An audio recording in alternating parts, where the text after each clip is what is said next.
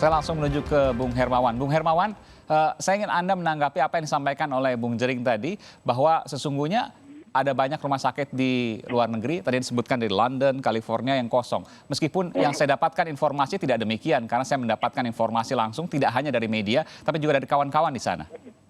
Ya, kalau boleh saya start dari Indonesia aja ya.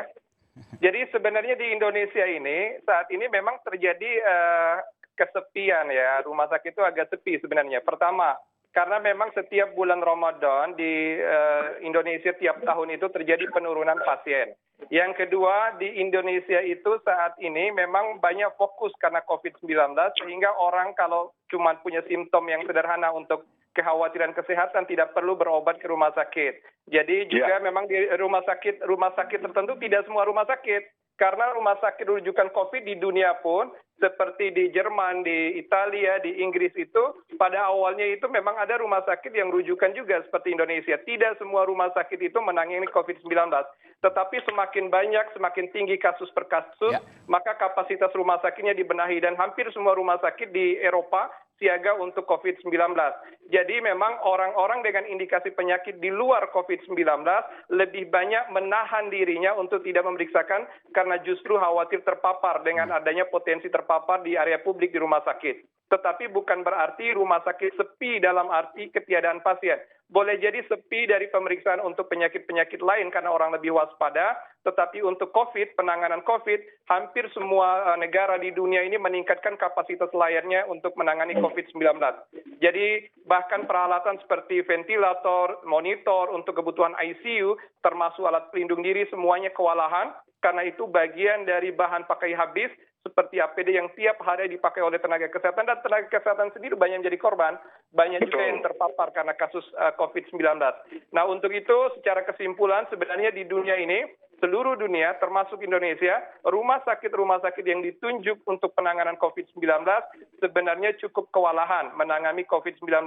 Tandanya kapasitasnya penuh, terkecuali rumah sakit tertentu yang memang kecenderungannya di bulan Ramadan ini agak sepi karena berkaitan dengan Ramadan dan juga penahanan diri untuk tidak beraktivitas di ruang publik.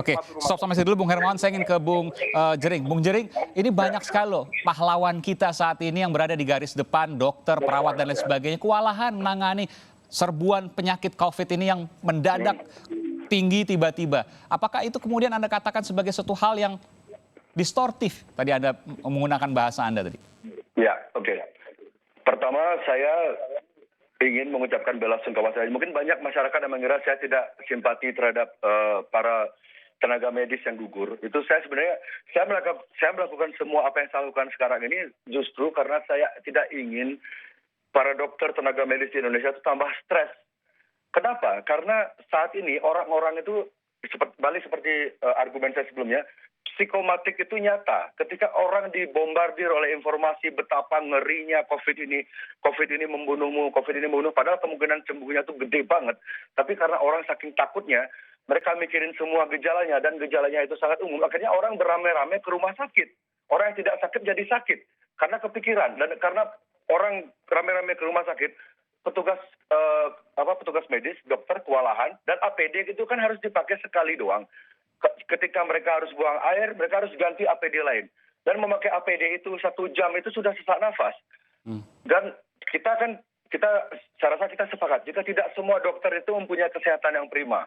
Dokter juga pasti punya penyakit, ada yang punya penyakit bawaan, ada yang sudah faktor usia, faktor stres, karena mereka ngelihat TV berita buruk, ngelihat handphonenya berita buruk.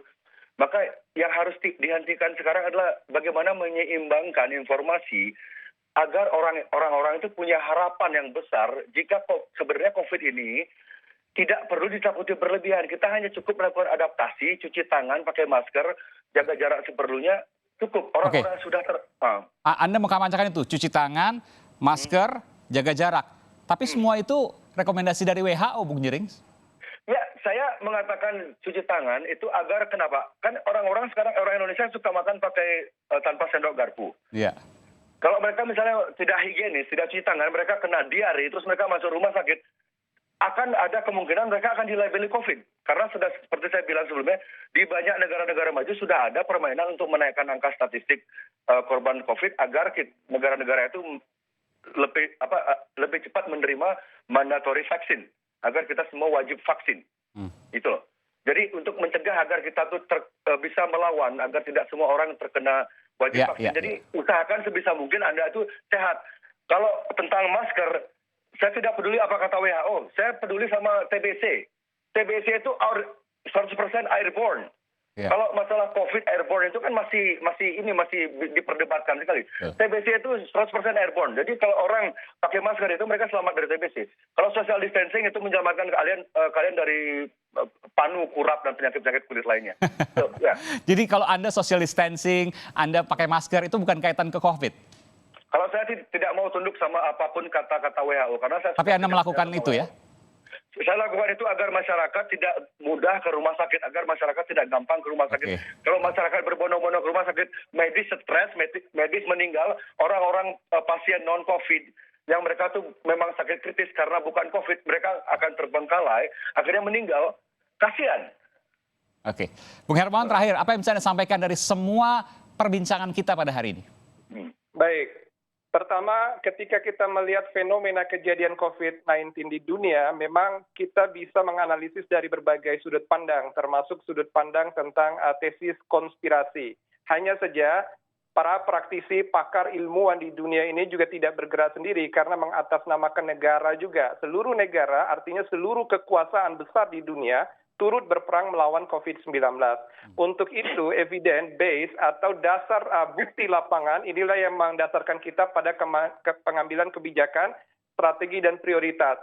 Sejauh ini strategi penanganan COVID-19 satu-satunya yang paling bisa menahan laju penyebarannya adalah dengan melakukan physical distancing, penguatan komunitas, menjaga imunitas kita, daya tahan tubuh kita, sekaligus menggunakan alat pelindung diri seperti masker bila harus kita ada di ruang publik.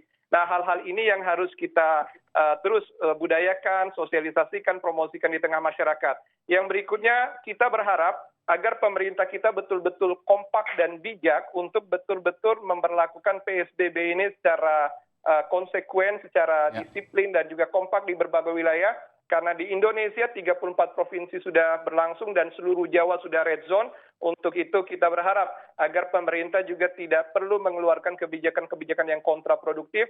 Semisal ada wacana relaksasi PSBB, tetapi justru harapan kami semua sebagai praktisi kesehatan untuk terus meningkatkan kedisiplinan dan payung kebijakan melalui PSBB. Semoga Indonesia melalui hikmah Ramadan ini keluar dari problema COVID-19 dan kita kembali menumbuhkan semangat baru untuk hidup kita. Baik, terima kasih Bung Hermawan Saputra dari Dewan Pakar Ikatan Ahli Kesehatan Masyarakat dan juga terima kasih Bung Jerings, musisi yang kemudian menyuarakan hal-hal seperti ini. Terima kasih dan sehat untuk kita semua. Sehat untuk Bung Jerings juga, terima kasih. Sehat, terima kasih Bung Jerings. Ya.